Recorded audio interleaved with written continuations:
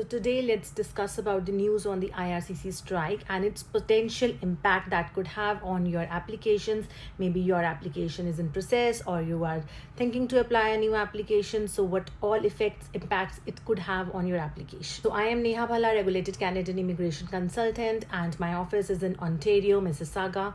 And if you have any queries or doubts or any applications you want to go through us, you can contact us on the below number. So first of all, the strike about which there is a huge buzz that IRCC is going on strike. So first of all, for your information, this strike is not only for IRCC, but this strike is pertinent to PSAC, which is the Public Service Alliance of Canada. It's the largest union in Canadian federal public sector. So this particular organization, PSAC, this organization does not only includes IRCC, but it also includes other government departments also. So not only IRCC, but other applications, other processing of government services could also be impacted. So first of all, why this organization is going on a strike? So for better pays and ability to work from home. So this organization is demanding from the government that they should get better pays, better wages, and ability to work from home. So the inflation is on rise, but their wages have not been keeping up the pace as per their demand. So PSAC says that most of the members included in it, that is the employees, they're earning on an average 40 to 60K per year. And yet they are relying on the food bank. So negotiations are ongoing, and if the strike would happen, this would be the largest strike against a single employer in the whole Canadian history. And its impacts will be a lot. It will slow down the government benefits, their tax returns, and it would also affect the immigration timings. So in this video, our focus will be on the immigration services basically, and not all other impacted services. Yes, as I said, negotiations are going on, and this PSAC has given the deadline that if an agreement is not reached, so they will go on a strike by today, that is Tuesday 9 p.m. So we'll have to wait today till 9 p.m. EST time to know the decision whether the strike is happening or not. So if happened, the strike will start with effect from 19th April 12 a.m. and this will impact around 155,000 PSAC members.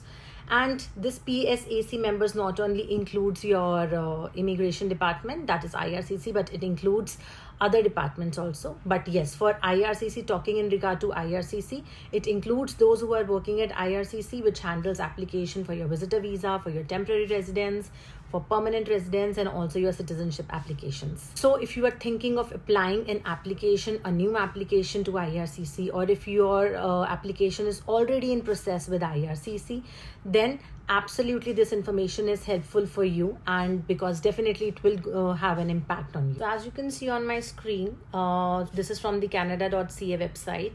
So it's official information. So as you can see, in the event of labor disruption, so if this strike happens, so some IRCC services will remain available, but some of them will be affected either partially or fully. So you can see here the services maintained means these services will not be impacted. That is, apply online. You can still go ahead and apply your application. So suppose you want to file a visitor visa, you want to file your work permit application, any of the applications, you can go ahead and file your application. You can mail your applications to IRCC, and that is, you can use web forms also. That services will also be available. And you can use your online account. So if you have already submitted an application and you want to check the status on the application, so you can go ahead and log into your accounts, whether new portal, RCIC, anything, you can just log into your accounts and use some of the emergency services available. And also these three services which are offered by non-government organizations, so these would also be available.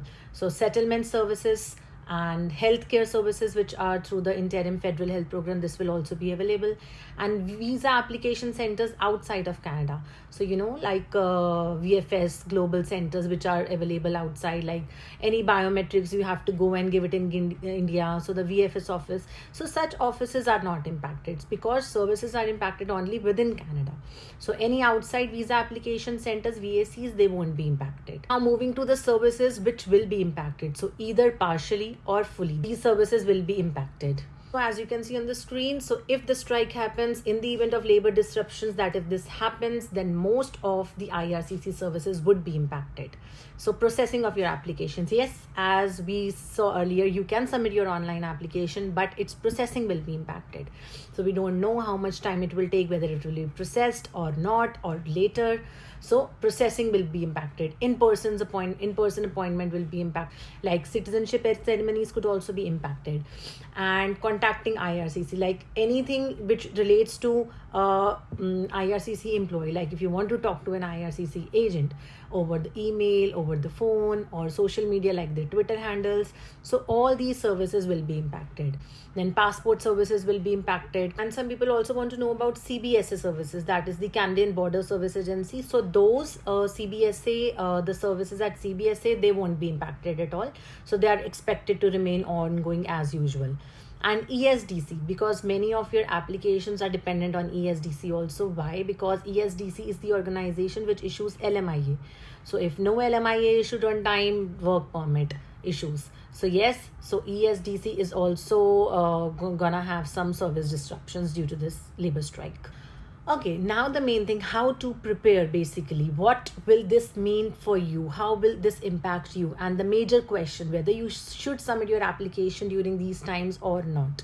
This labor disruption definitely means some delays. Applications were already delayed due to COVID, and now on top of that, this strike. So we can expect further delays on the application, and a delay on the new applications also, delay on the previous applications also, delay on web forms also. So if you raise a web form, maybe to give the additional documents or update anything about your address change or anything, yes, the web forms will also be affected. And also there will be delays on the interviews for any application. Passport submission, like if you just submit your passport for visa stamping, that would also be impacted.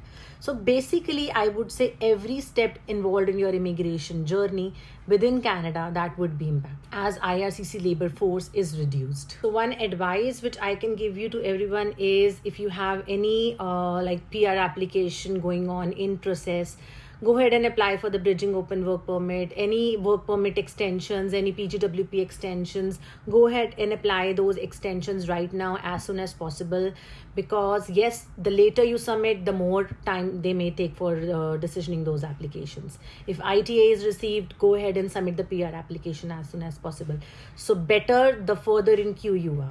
And yes, the decision whether the strike is going to happen or not, the decision will, as per the PSAC workers, it will come around, they will come around 9 p.m. today, Tuesday. So they will declare whether they are going on a strike or not. So yes, we continue to be in touch with the updates, and definitely give you the updates as soon as possible. So guys, go ahead and subscribe my channel to stay in touch with any immigration related updates, news, and new programs, any information related to Canadian immigration, as we do talk a lot about Canadian immigration. And to stay updated, stay informed, go ahead and subscribe our channel. Thank you.